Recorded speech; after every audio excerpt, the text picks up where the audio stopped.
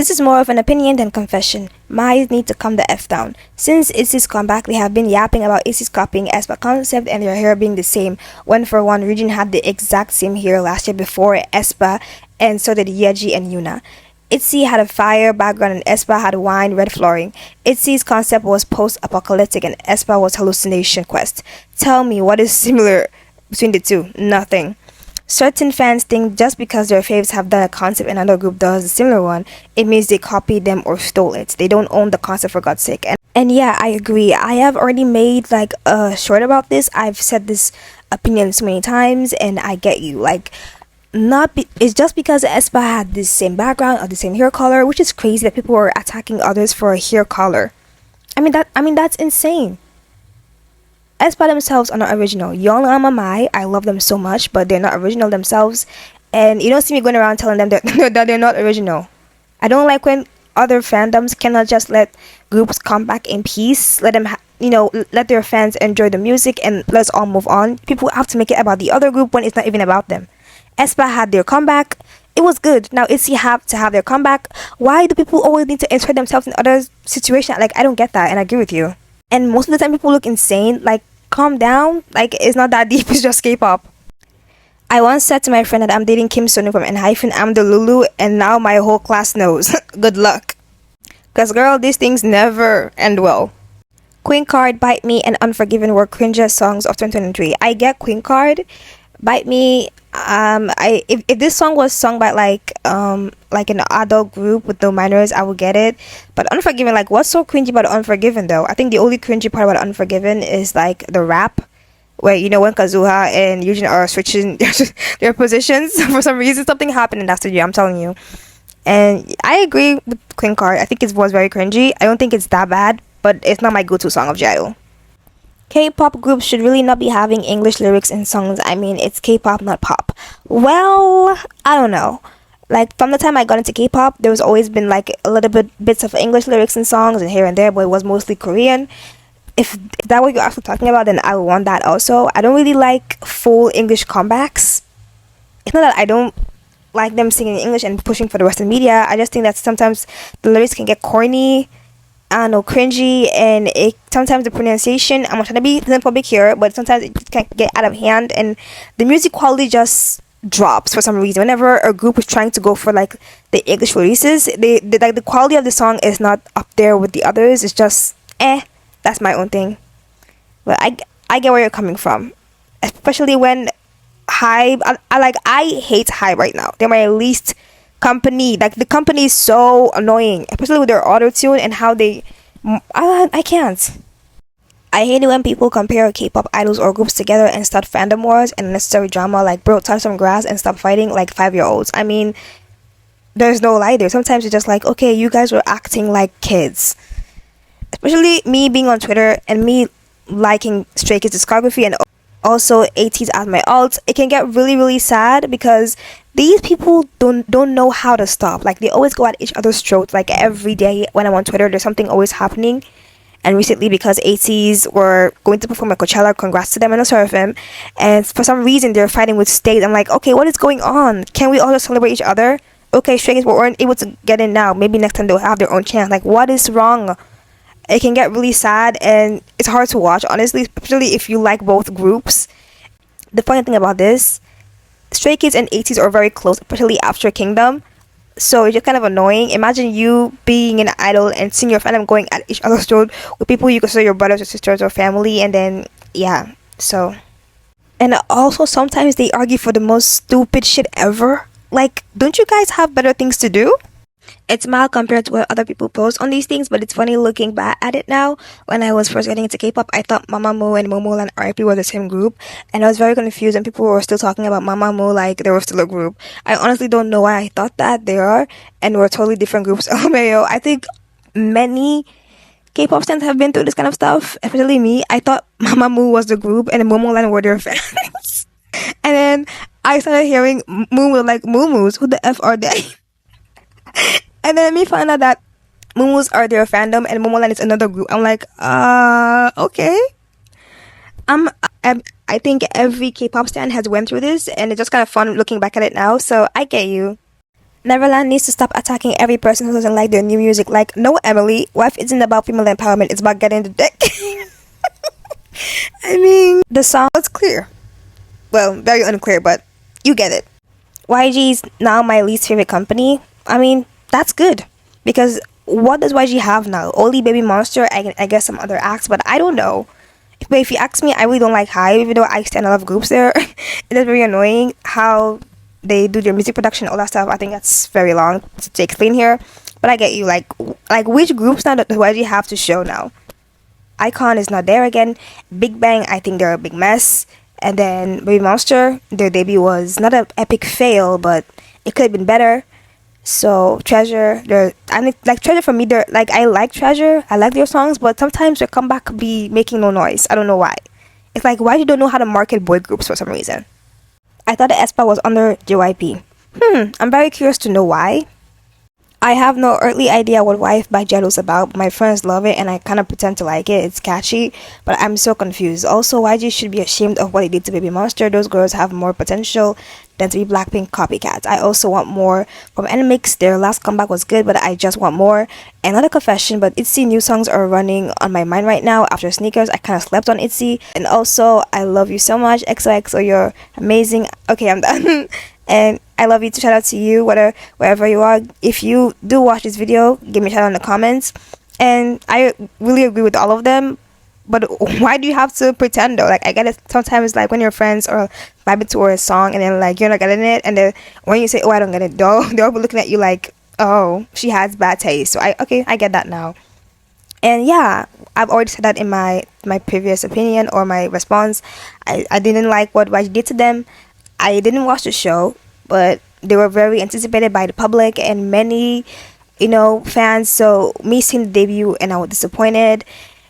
I was just shocked to see that they are actually very talented because I went to watch a lot of videos about them. Okay, they're very, very talented and they're being wasted again. I don't want, Blackpink 2.0. I want Baby Monster. And me, basically, I do love NMIX new releases, even though I tend to go now for their B-sides more than their title tracks.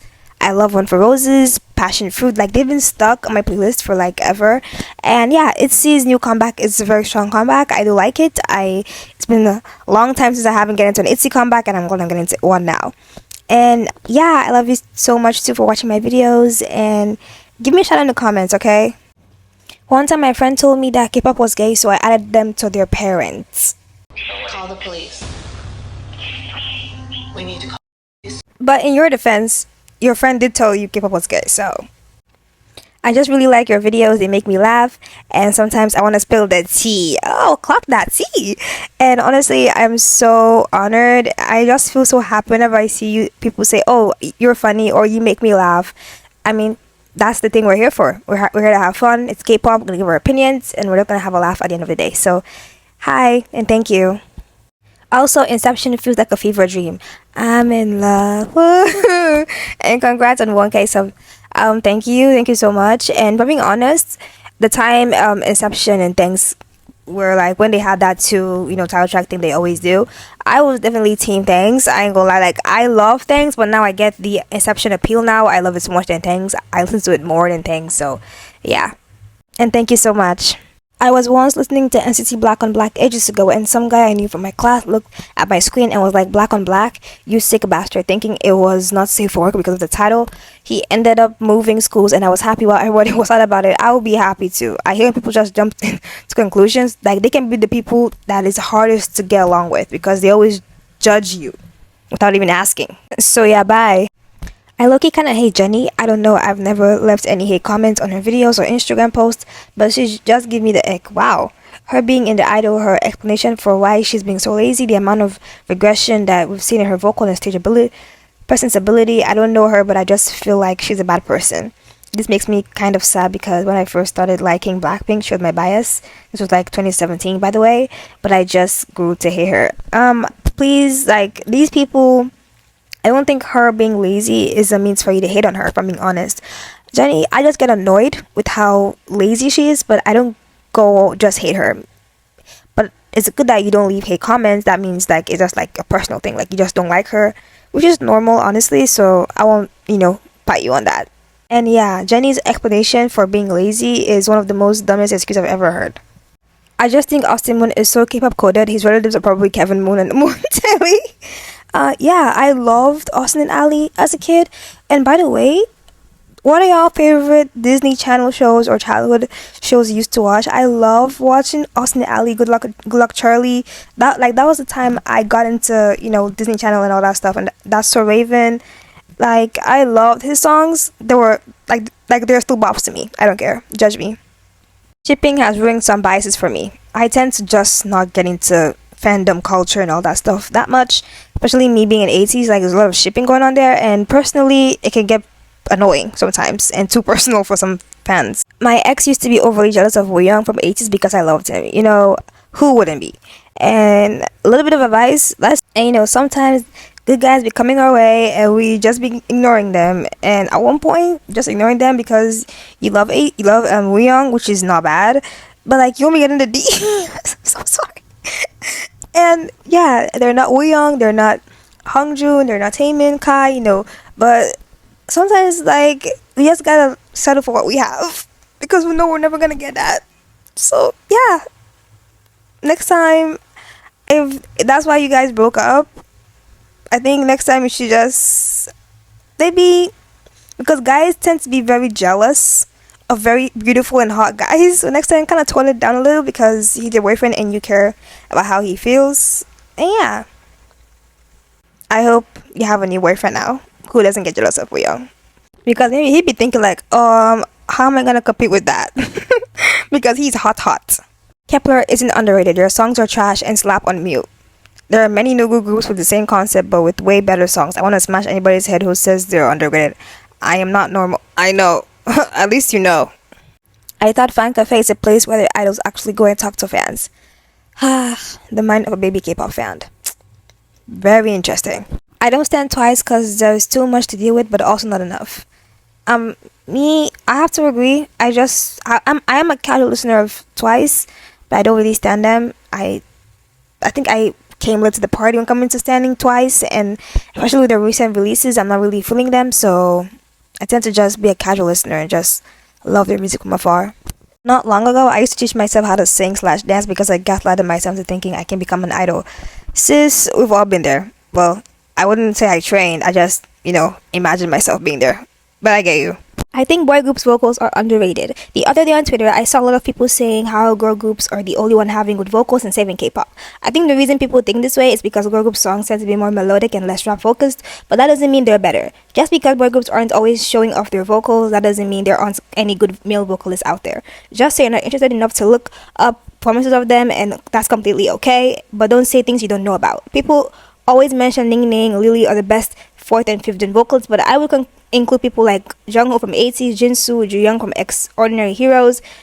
I don't know how to pronounce him, please forgive me. Zhang Hao and Taewei from Zero Base One. I recommend to check them out if people want to hear good male vocalists, and I agree with you.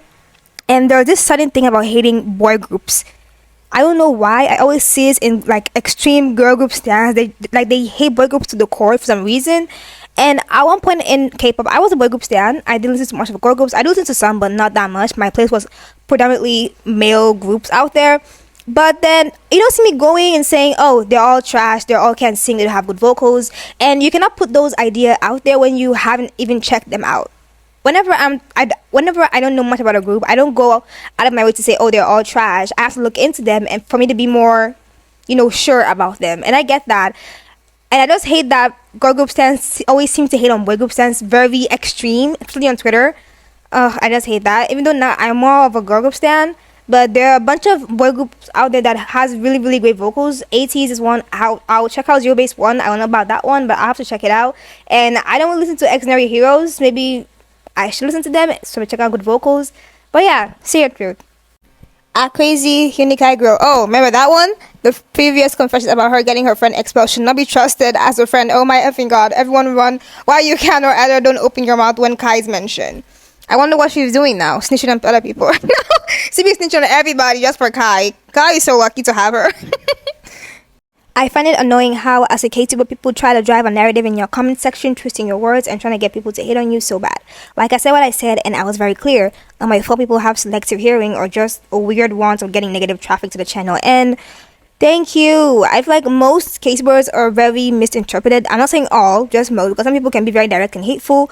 But like whenever I say something on this channel that I don't really agree with, not like all of you, because many of my subscribers are actually very respectful and nice. And when they don't agree, they try to be really, really respectful about it. But there are some people like, you know what you're talking about. You're crazy. You're saying they're flop. I'm like, I've never said that. I think I'm very careful with my words whenever I'm talking about an idol, specifically that I don't vibe with, because I don't want to get that negative thing about them. And I'm glad you noticed, because there are many K-tubers out there that their videos are so not really mean, not harsh, not trying to hate on these idols, but then people just twist in the comments saying you're being a hater, or you're stupid, or you hate them, or you're miserable. I'm like, it's just K-pop. You guys have to chill, and it's my channel. I can say and do whatever I want.